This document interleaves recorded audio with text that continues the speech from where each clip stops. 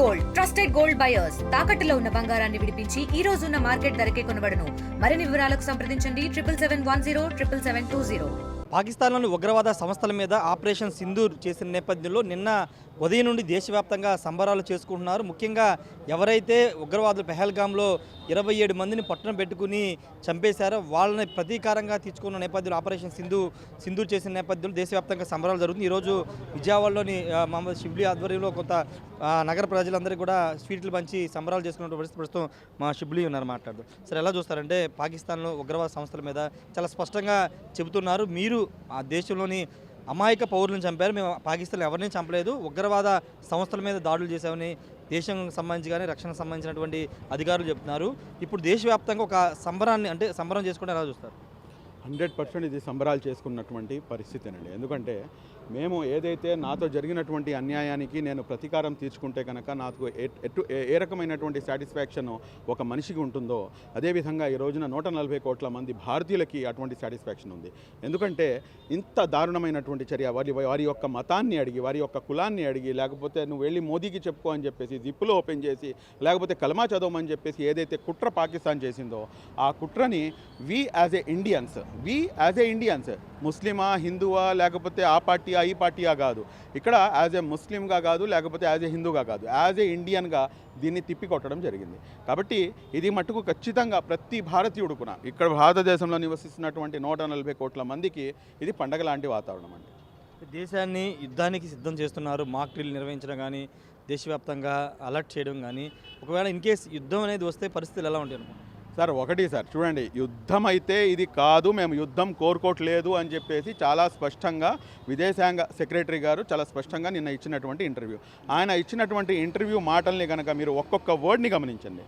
ఒక్కొక్క word highly intellectual words అనమాట. ప్రతి వర్డ్ని కూడాను తూకమేసి మరీ వాడటం జరిగింది. మీరు ఇక్కడ గమనించాలి, ఆయన చెప్పింది ఏమిటంటే మేము చేసింది పాకిస్తాన్పై దాడి కాదు, పాకిస్తాన్ మిలిటరీపై దాడి ఏమాత్రం కాదు, పాకిస్తాన్ పౌరులపై ఏమాత్రం కాదు, ఇది మేము చేస్తున్న దాడి కేవలం ఏదైతే ఉగ్రవాద చర్యలు ఉన్నాయో, లేకపోతే ఉగ్రవాద స్థావరాలు ఏదైతే ఉన్నాయో దానిపై మాత్రమే మా యొక్క దాడి తప్పించి మేము ఇతరులపై మేము చేయలేదు అని చెప్పి చాలా స్పష్టంగా తెలియజేశారు.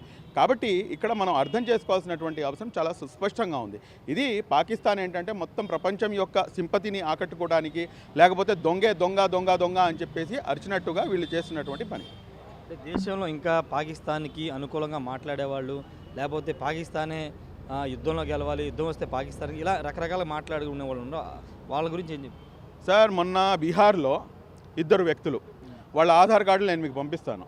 మీరు ఇప్పుడు అడిగింది ఏంటంటే దేశంలో ఇంకా కూడాను అని చెప్పేసి, దేవుడి దేవల్ల ఏంటంటే మీరు వాళ్ళ మతం ఇంకా మెన్షన్ చేయలేదు, కానీ మీ యొక్క ఇంటెన్షన్ ఏంటనేది మాకు తెలుసు. ఎందుకంటే మేము పడి ఉన్నటువంటి ప్రాణం, ఎందుకంటే ఆ సూటిపూటి మాటలు ఏదైతే ఉన్నాయో మీరు ముస్లింలు ఉగ్రవాదులు అని చెప్పేసి, ఈ రోజున నేను మీకు స్పష్టంగా అడుగుతున్నాను, ఏదైతే బీహార్లో వెస్ట్ బెంగాల్లో 2 వ్యక్తులు సనాతనీ ఏక్తా మంచ్, ఏంటండి పేరు, సనాతనీ ఏక్తా మంచ్, అది ఒక పొలిటికల్ పార్టీ, ఆ పొలిటికల్ పార్టీకి చెందినటువంటి 2 వ్యక్తులు లోపలికి వెళ్ళి పాకిస్తాన్ జెండా వేసి పాకిస్తాన్ జిందాబాద్ అని చెప్పేసి రాసి, హిందుస్థాన్ ముర్దాబాద్ అని చెప్పేసి రాసి, ఈ పని ముస్లింలు చేశారని చెప్పేసి వాళ్ళపై నెట్టి వేసే ప్రయత్నం చేశారు. వాళ్ళని అరెస్ట్ చేశారు. వాళ్ళ ఆధార్ కార్డులతో పాటు ఎఫ్ఐఆర్ నెంబర్తో పాటు మీకు పంపిస్తాను.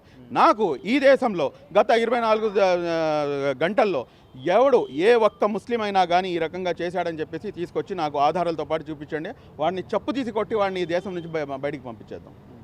నిజంగా దేశంలో ఏమన్నా మైనార్టీలు ఏమన్నా అభద్రతా భావంతో ఉన్నారనుకోవాలా? చూడండి, అభద్రతా భావం అన్న మాట అయితే నేను చెప్పనండి. ఎందుకంటే మొత్తం ప్రపంచంలో కూడాను ఎవరైనా ఎక్కడైనా ముస్లింలు సురక్షితంగా ఉన్నారంటే కనుక అది కేవలం ఒక భారతదేశం మాత్రమే. 55 కంట్రీలు, ప్రపంచంలో 55 ముస్లిం కంట్రీలు ఉన్నాయి, ఇస్లామిక్ కంట్రీలు ఉన్నాయి. కానీ ఆ 55 ఇస్లామిక్ కంట్రీల్లో కేవలం భారతదేశంలో ఏదైతే సెక్యూరిటీ ఉందో, భారతదేశంలో ఏదైతే స్వేచ్ఛ స్వాతంత్ర వాయువు ఏదైతే ముస్లింలు పీల్చుకుంటున్నారో ప్రపంచంలో ఇంకా వేరే దేశంలో ఎక్కడ కూడా లేదు అది. కాబట్టి I'm proud to be an Indian. Yes, we have an number of difference of opinions. Modi గారు అంటే మాకు పడదు, బీజేపీ అంటే పడదు, ఆర్ఎస్ఎస్ అంటే పడదు, ఎస్ పడదు. కానీ when it comes to the nation, I'm with mister Modi, I'm with BJP, I'm with Amit Shah, that's no doubt about it. I'm ready to work with RSS also when it comes to the nation. ఎందుకంటే దేశం ఉంటేనే మేము అందరం ఉంటాం, మళ్ళీ కొట్టుకుందాం gap ఇచ్చి. కానీ మళ్ళీ దేశం విషయం వచ్చేటప్పటికి మట్టుకు we as an Indians we will see their end. కొన్ని పొలిటికల్ పార్టీస్ కొంత నెగిటివ్గా మాట్లాడనా చూస్తారు. ఇంకా అంటే ఇప్పుడు మీరు ఆల్రెడీ చూడండి, ఇలాంటి సందర్భంలో అందరూ కలిసి ఉండాల్సిన అవసరం ఉందని మీరు చెప్తున్నారు, కొంతమంది వ్యతిరేకంగా మాట్లాడుతున్నారు. పరిపక్వత లేనటువంటి రాజకీయ నాయకులు రాజకీయాల్లోకి వస్తే కనుక ఇదే విధంగా ఏడుస్తుందండి.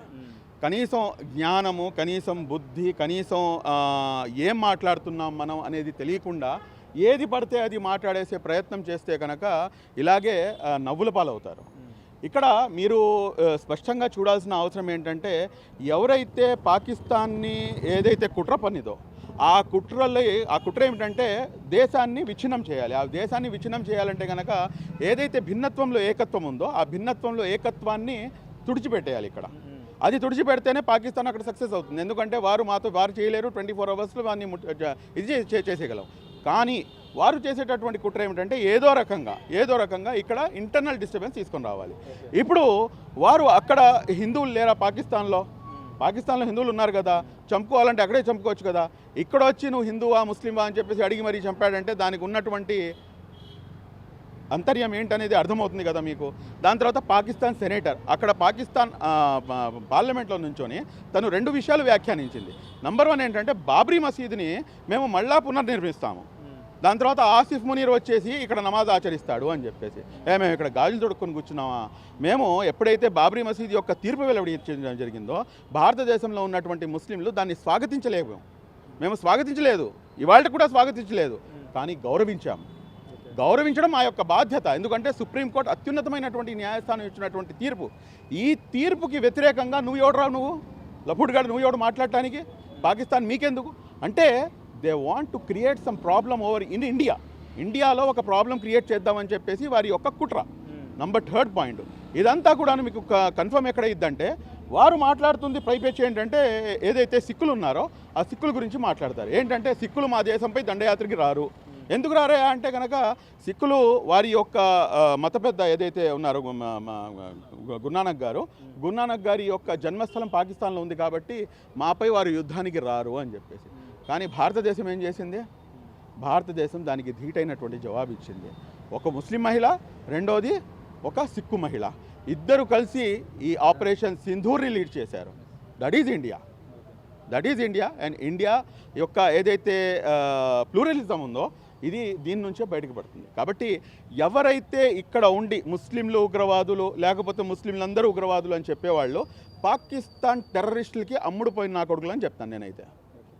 That's no doubt, bold statement, దీన్నే హైలైట్ చేసుకోండి. Thank you sir. ఖచ్చితంగా నిన్న జరిగినటువంటి ఆపరేషన్ సింధూర్ అనేది ఎవరైతే అమాయకులు బలైపోయారో ఉగ్రదాడిలో వాళ్ళందరికీ ఘన నివాళులని చెప్తున్నారు.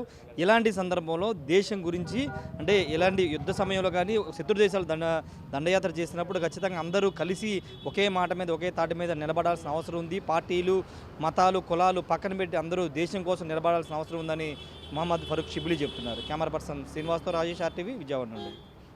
మరిన్ని వీడియోస్ కోసం ఛానల్ ని సబ్స్క్రైబ్ చేయండి. లేటెస్ట్ అప్డేట్స్ కోసం వాట్సాప్ ఛానల్ ని ఫాలో అవ్వండి. ఆ లింక్ డిస్క్రిప్షన్ లో ఉంది.